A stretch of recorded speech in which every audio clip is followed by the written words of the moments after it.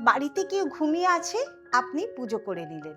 বাড়ির মানুষজন ঘুমিয়ে আছে, আপনি ঘর ঝাড়পোছ করে পরিষ্কার করছেন। এই যে দুটো কাজ, এই দুটো কাজই কিন্তু অশুভ এবং ক্ষতিকারক। আমরা যে ঝাড়পোছ করি সেটা অশুভ শক্তিকে সরানোর জন্য এবং জায়গাটাকে পরিষ্কার করার জন্য।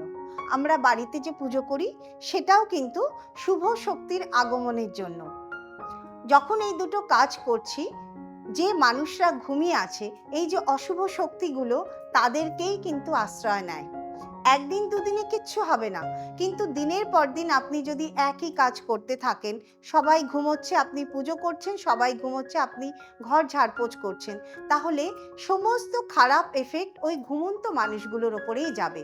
একদিনে কিছু হবে না, দিনে দিনে করতে করতে আপনার বাড়ি এবং আপনার বাড়ির মানুষজনেদের জীবন কিন্তু ছন্নছাড়া হবে।